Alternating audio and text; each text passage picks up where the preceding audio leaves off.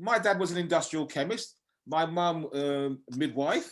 So, and I was good at sciences. So I ended up doing a biochemistry degree, you know, and then I started working for I was training to be a tax inspector, you know, so I was just like, you know, we're talking like I was good at maths, you know, shh, don't tell anyone, make sure I don't see this video and all that stuff, you know what I mean? So I was like, all along, I was like, science, maths. And then I'd always written, but it was like that had taken like a back seat. It was just like something I did as just for my, not even a hobby, just for my own benefit. But then I have been one of those people, you know, I go to see many different businesses. I've seen so many HR departments in my job as a careers advisor and as a tax inspector. I've seen how miserable people are. Then it's all about the work-life balance. Yeah. And so when I was doing the tax inspecting thing, I made a lot of money. I wear three-piece suits, all that kind of stuff, you know, handmade shoes and all that kind of thing. But I was poor. Why was I poor? Because I was spending more money than I was making to make myself happy.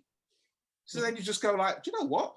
If I just did stuff that I enjoyed, I would actually be richer, because there's no point in bringing in X amount of, you know, tens of thousands of pounds and you're spending 20 thousands of pounds, you know? Yeah, absolutely. You kind of realize how transactional it is. Like, yeah, absolutely. So time and my time and I'll have less money, but I'm going to be off my books are going to be far more balanced. Yeah. So, and that's why I got this award from contribution to the community, because I've been around and done so many different things, and I understand all those struggles about the work-life balance, creativity, having to bring money in, etc. I've been there, and I'm Black, so you know I understand all those pressures as well.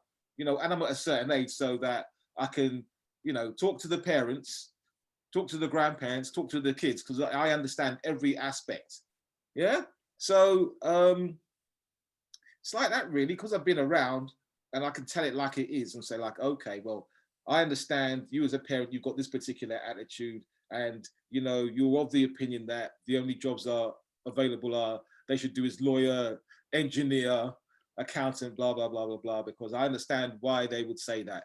Then say like on the other side, okay, there's a whole range of other options available now. But to, you know, the routes are not as simple in the creative arts. You have to design your own. But then also to get anywhere, you have to be very, very good. You have to be dedicated. I mean, the problem is I see a lot of creative people, they do not treat it like a job. So me, I do. Yeah, you're up at 4 o'clock in the morning. Well, you know, I've been taking it easy a bit, so I've been getting up at 5. You know what I mean? I'm trying to chill out a bit. But no, but seriously, I've got, you know, it is a job. So therefore I keep job type hours, you know, and so it's a case of like, you have to deliver. So, okay, sometimes the inspiration isn't there. It's just about the perspiration. Here we are. Simple as that, Absolutely. Really.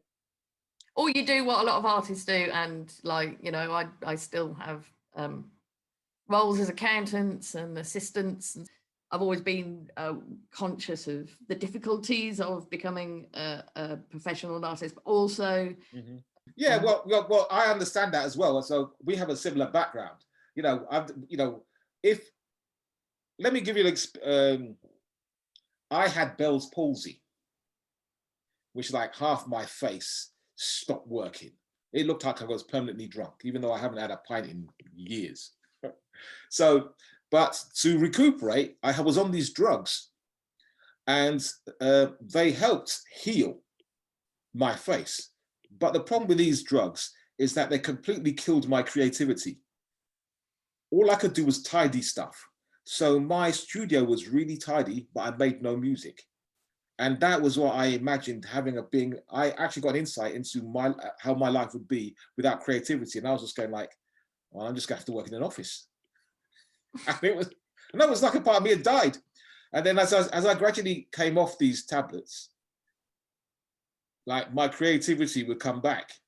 It was very, very weird. And then, you know, so I appreciate my creativity even more now. Yeah, from that kind of experience. Yeah, brilliant. It's always an absolute delight. I'm really looking forward to just being able to get out there. I mean, it was lovely to go to Shanty the other night, and you know, Julie does such a good job down there, keeping safe and distanced, and yeah, it felt a bit like the night of poetry and revolution. It was brilliant performances all round, and I've got some recordings of you. So. Yeah, they're a bit far away because I was at the back.